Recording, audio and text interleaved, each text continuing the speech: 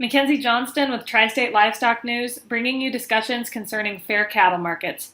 Today we are chatting with Marty Smith, Florida rancher and also NCBA President.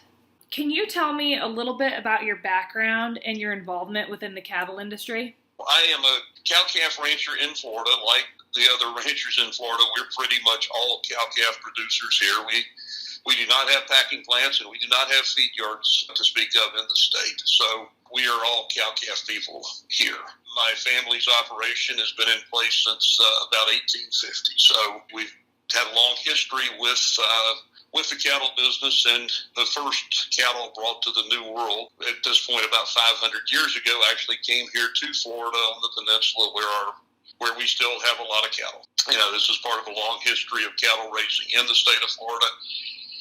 Even though most people view us as being Disney World and beaches and retirement communities, there's still a lot of cattle down here. So I served as president of the Florida Cattlemen's Association 20 plus years ago, and with that got involved. I was a board member during the time that the old NCAA was going through the merger to become NCBA. Served on various committees during that time, and then back in 2008, 2009, was asked to serve on the Finance and Audit Committee for NCBA, which was in charge of reviewing the audit process, going through the audits, etc., and then ultimately became charged with developing the budget for NCBA. So I was involved in that committee for a number of years. Then from that was asked to serve as treasurer. Richard Gephardt from Oklahoma untimely passed away and left a vacancy as a treasurer, I guess 6-7 years ago. And I was asked to fill that slot during a lot of time that was controversial with what was going on. So I served as treasurer for, I guess, 3 years, and then was asked to consider moving up into the officer chain, and served then as vice president, president-elect, and now as president. Certainly did not anticipate anything like the events of 2020 to kick off my term as president of this organization, that's how it worked out. What do you feel are the biggest issues standing in the way of fair cattle markets today? Well, it depends on how you define fair cattle markets. The biggest issue, and I think this is mirrored in most of the expert reports that we see, is that we do not have enough packing capacity for our current number of cattle that need to be processed. And so that anytime we have a disruption in that supply chain with our packing plants, we see a market disaster, just like we saw with the Holcomb fire last year, and then when we saw the situation with COVID this year. We're very dependent upon that, and it would be great if we had more packing capacity that would give us a better marketplace. But when we got more cattle on the ground and we've got a place for them to go, it creates a problem. How do you think we fix this issue? Do we build more packing plants? How do we go about overcoming this? You know, it would be great to build more packing plants. We did get some good news about a week ago that a packing plant is being planned for out on the West Coast. At NCBA, we've been working, even before this came about, but this certainly heightened the emphasis on trying to get some of the government regulations relaxed to let some of the smaller local plants have a bigger hand in things, and look for development of more of the regional plants and whatnot, and trying to make things where that they can become more economically feasible to operate in today's world. There's been a lot of talk around increasing competition within our cattle markets, and a couple weeks ago at NCBA summer meetings, you guys passed a policy regarding negotiated cash trade. Can you elaborate on that policy? I want to start by saying that, and I know this is probably a longer answer than what you're looking for, but this has been a very involved process, and a lot of hard work has gone into this by a lot of individuals. This is the way NCBA is set up so that we can tackle the hard issues, and certainly this has been one of the difficult ones. So with that, we defined as a working group, really looking at the markets. We've also funded a number of studies by some of the leading livestock economists around the country to look very specifically at what were the market issues and what could be done to increase not only the cash trade, but also the transparency that comes with that. So based on those studies primarily, and based on a lot of debate and a lot of discussion and very hard work by our working group, we actually came together a couple of weeks ago in an in-person meeting, and this was something that we struggled with. None of the other organizations out there, whether they're ag or otherwise, are really having in-person meetings. But this was so important, and we needed our people to come together and focus on this, which they did for several days. And were able to work out some compromises and some agreements so that we could come out with a very clear, very defined resolution with some time constraints on it and with some specifics, so that all of us, within NCBA, whether it be staff or volunteer leadership, know what to be doing and what we can do to increase the amount of the cash trade. So if I understood correctly, the NCBA policy that was put in place supports a voluntary approach for increased negotiated cash trade from the packers over the next 90 days, correct? That, but with that, understand too that every trade takes two parties. You can't have one with just one party. So we are looking at and this has been a big focus of this, is for feed yards themselves to commit to selling more cattle on the cash market. And the other part of this is to look at this look at it very specifically in terms of regional requirements. We had reports from Dr. Stephen Kuntz at Colorado State that broke apart and identified the differences in cattle marketing in various regions of the country and said, okay, this is what we need to focus on in order to get a more transparent marketplace and to get more what he defined as robust cash trade, to give a clearer indication of value. Just to be sure I understand, and you're going about this through a voluntary approach. You guys we're not going with a legislative or regulatory mandate, correct? That is correct. It starts out voluntary, but then if you read through it, it then says that if the voluntary part fails, I'll come back and talk about this just a little bit more if we have time. We're also defining trigger points, that is, for each of the regions and each of the areas to say, okay, this is the number of cattle that need to trade, or this percentage needs to trade in the cash market. If those triggers aren't met, then we're going to have to look for some further regulatory and legislative, I'm going to call them fixes or measures. And this is just a hypothetical question. So if those triggers are met, let's say in the next 90 days, however many days, however, we go back to decrease negotiated trade in 3 or 4 months, how does the policy work at that point? If those triggers are not met, then NCBA, and this will be done through its affiliates and through its committee and through this working group, will have to come up with some measures, be they legislative or regulatory, and I don't want to jump ahead and speculate on what those may be, but we're going to have to look, if those triggers are not met and we do not have an adequate volume of cash trade, then we're going to have to see what we can do to fix that. The cattle industry has seen consolidation all across the board. We've seen cow-calf producers disappear, feeders disappear. We've seen extreme concentration in our packing sector. Do you feel that there is a chance that the cattle industry could become vertically integrated like we've seen in other proteins? Personally, I do not. We're not alone in this thing of becoming more vertically integrated, and we're not alone in this thing. I mean, businesses throughout the U.S. and throughout the world are becoming more concentrated, and that's been going on for a really long time, and no organization is going to be able to stop that trend. However, particularly in the cow-calf segment of it, in other words, we don't see packers wanting to go into cow-calf business. That's way too big of a use of capital to acquire the land necessary to raise the cattle. It's not like pork or chicken where, you could put everything into a barn or a house or whatever.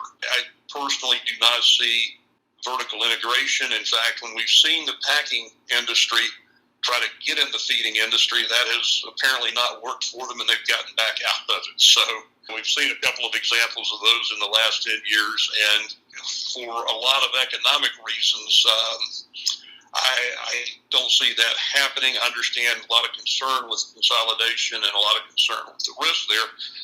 Personally, I'm more concerned with the consolidation of the the packers and the fact that we've got fewer packers, and that's why we're trying to work to maybe increase the number of packing plants, even though that may be on a smaller basis.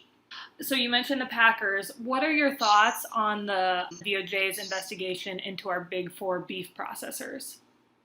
I am not one to speculate about what a Department of Justice investigation may or may not come out with, okay? That is beyond my area of expertise and my knowledge. However, I will point out that, particularly with the pork and the chicken side, we've seen some action taken there. What that action may be by the Department of Justice, and by the way, the Department of Agriculture study is already or partially has been released, and it in fact recommended some of these same measures that we talk about that we agreed to at NCBA in terms of this regional breakdown, that kind of thing. So we've already seen some benefit from what USDA has done, and that led to some of the movement that we've had to try to help our overall marketplace. So we're hopeful that we'll see something out of Department of Justice that will help build on that. But I'm not going to speculate about what DOJ may or may not do. Drovers recently reported that cattle feeders are experiencing losses around $157 a head as of the week ending July 31st. And at the same time, packer profits were estimated to be $286 a head for the same week. We've seen this trend for a while now, and feeders continue to see losses. What do you see happening to our industry if we continue to see these small and mid-sized feeders exit the business? That's not good for any of us. Certainly as a cow-calf producer, I'm dependent on hopefully as much competition for these calves when they are ready to leave Florida as we can get. Again, we don't have feed yards here to compete, so we've got to send them somewhere to the Midwest or to Texas or, somewhere else. We don't have that option of keeping them around here. So it's very important to me that we have, good competition. And it's, of course, within NCBA representing the smaller independent feeders is a big part of what we try to do and what we work on. So we don't want to see, we don't want to see them exiting. We need them in business. This current disparity is what we have been really focused on trying to assist. I'm hopeful that the measures that we took at our meeting a couple of weeks ago with trying to increase the cash trade, a lot of that impetus came from the independent feeder group. They're the ones that really are pushing for that. They think that will help them. Mm-hmm. So we're optimistic that will in fact help them. Certainly what we're faced with today, and that is we still have 1 million plus head of fat cattle that should have been harvested before now. And when you've got that kind of backlog and that kind of market availability of an oversupply, it's going to create problems. I don't like what the packers have done in terms of the profits that they've made. Certainly they have chosen to move in that direction as opposed to doing something that may have benefited the whole industry. But they're in business and they'll tell you they've got stockholders to report to, etc. However, listening to what the projections are, while we were in Denver at our meeting, we had a very good report from Cattle Facts that gave us some optimistic outlook for the future, and that's particularly in light of what we've seen with beef demand through this whole pandemic deal. That is, we have seen very strong demand both domestically and worldwide for U.S. beef. So if we can get these cattle processed, I think that we'll certainly see that disparity narrow back down to something much more reasonable and hopefully back to a phase where all of us, including cow-calf producers, can be profitable. So as I'm sure you're aware of, there's currently a petition circulating for a beef checkoff referendum. Yes. What are your thoughts on this, and how do you see if this referendum does come about and for some reason the checkoff is voted down, totally hypothetical, how do you see this impacting the industry? It's going to be a very bad day for the industry.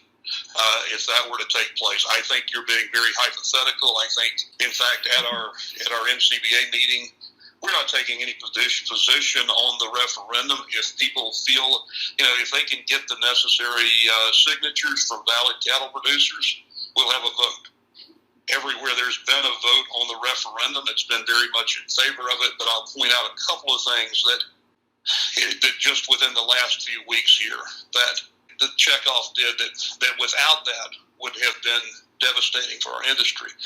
Biggest of that is a dietary guidelines deal that just was released a couple of weeks ago. And those dietary guidelines included beef in a recommended diet. 5 years ago, with the last set of dietary guidelines, there were not many people in the industry that were optimistic about the ability to keep that in there. There has been a big push by the anti-meat group to get beef taken out. The only reason that it stayed in was the work done by the checkoff group to submit a lot of scientific evidence of the value of beef in the diet. And the work that was being done by the checkoff, that's the only pro-beef message that was put in front of that, pro-beef science. Again, that was all developed as part of the checkoff.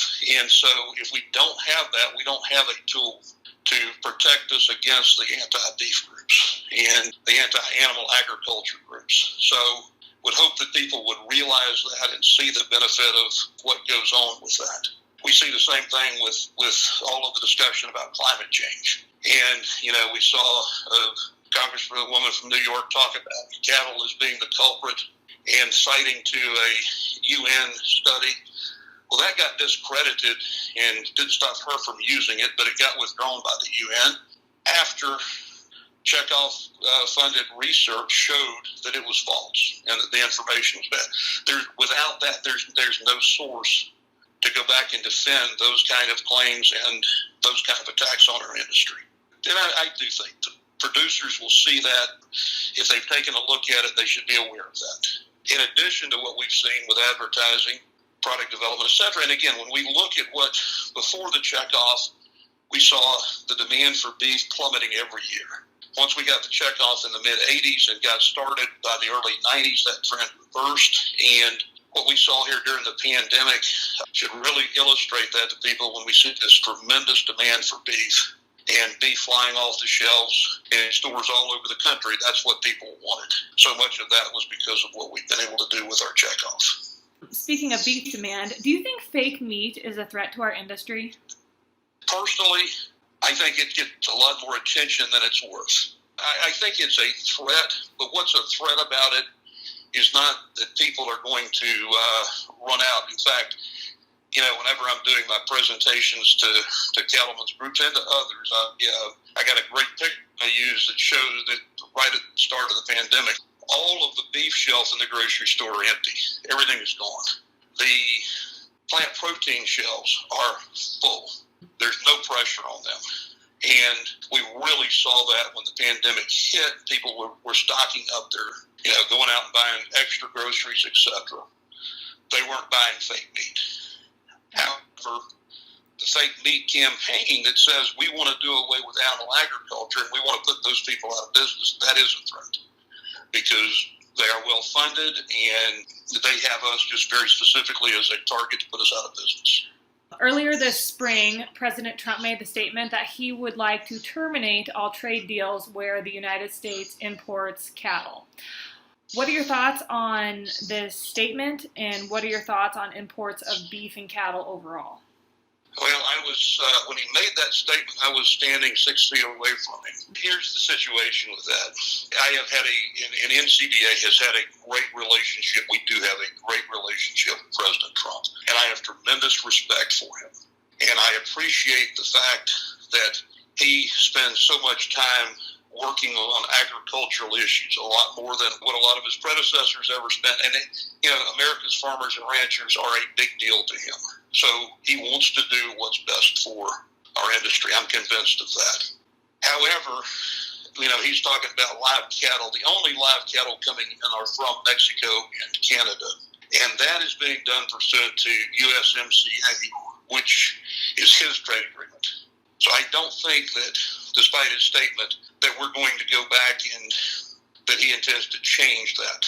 He does make some statements from time to time just to test the waters, and that was one of them, to see what the reaction was. What he was talking about specifically was somebody had given him the impression that live cattle were being brought in, and again, that is true. We do have live cattle coming in from Mexico. We have live cattle from Canada. We send out more beef, though, to Mexico than what we bring in. We are a net exporter to Mexico. And if those cattle don't come here, we're not going to be a net exporter. We're able to send, what we're able to send to Mexico is a lot of the products that we wouldn't otherwise use. Best example is probably tongue. We had a decent return on tongues to go to the Mexican market. They treat that as a delicacy, just like they do tripe and, kidneys, livers. Some of the other things that we probably would not really relish here. We'd end up, I've heard a lot of what we send to Mexico would otherwise end up in the landfill if they didn't buy it. And we're able to get enough money from that offsets any imports that we have coming in. So that is the only live cattle importing that we have right now. We saw the example of, because we hear about the Australian meat that comes in. That is primarily lean that we use for hamburger, and we did see the value of our fat, what they term the 50 lean, or the fat product that goes to the U.S. product that's blended with that dropped significantly in price with the pandemic when we didn't have that lean coming in. So it actually cost us money instead of making us money. I stick with what the experts, what the economists all say about the value of our trade. And that it is that we are the significant winners on the beef trade. Depending on what happens with China, we'll see, an even better export market. We certainly are continuing to work on the European market, et cetera. So those are extremely big for us in the U.S. We continue to import beef from countries such as Brazil and Namibia, where they have confirmed foot and mouth disease cases. Is this a threat to our cattle industry here in America? We had one container that came in from Namibia, last year? 20 to 25 tons came in from Namibia. That was a huge deal for that country, and they publicized it. It was a one-time deal, and it went to a firm in the U.S. that was trying to market that as grass-fed, hormone-free beef. So I do not anticipate that to continue. It was one load deal. It has not happened again. With Brazil, this is a little bit, again, I would ask everybody, let's read the particulars and know the facts before we talk about it.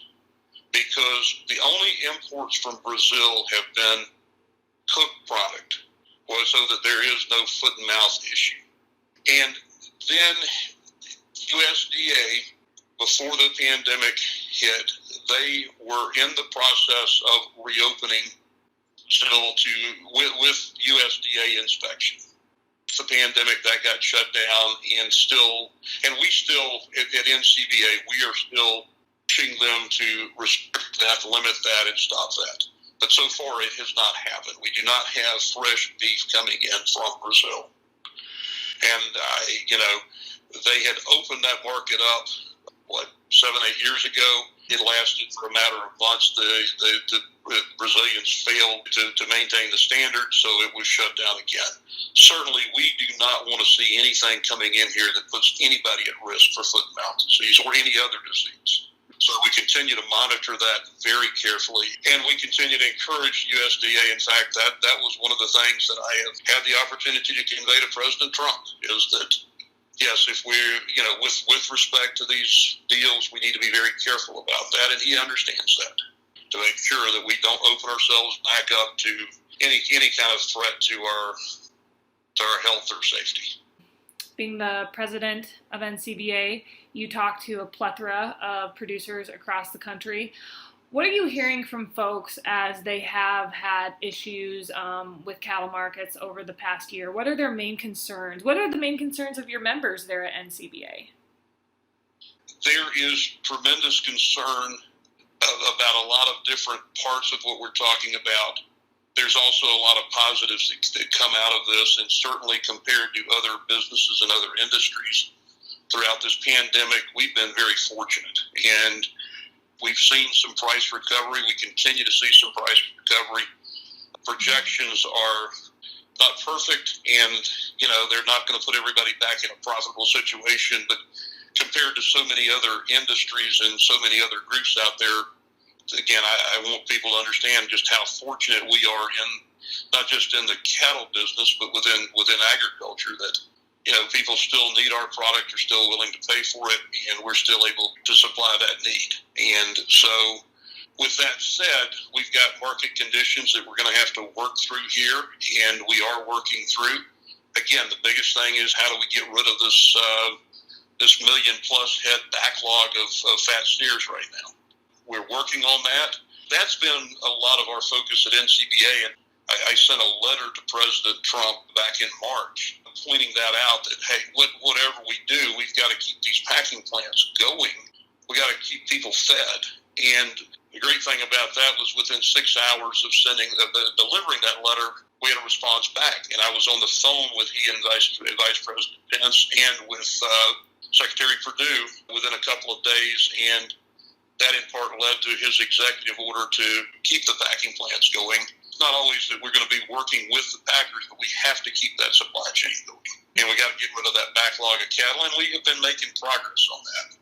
But it's still out there, and it's probably going to take us several more months to get rid of that backlog. And we just hope that things can recover. And then also something else that doesn't get talked about that much is the fact that going into this deal, 50% of our beef, or over 50% of the U.S. beef production, was sold through hotels, restaurants, and institutional users. Those all got shut down overnight, We've managed to pick up the balance of that through going back to the traditional grocery store kind of marketing. But we're one of the few businesses that were able to pick up that and to keep that volume going like we did.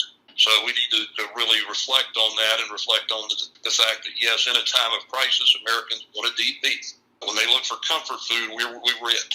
And we need to use that and focus on it, move forward, and keep that demand where it is. If you could sum it up into one sentence, what do you think the cattle industry needs most today?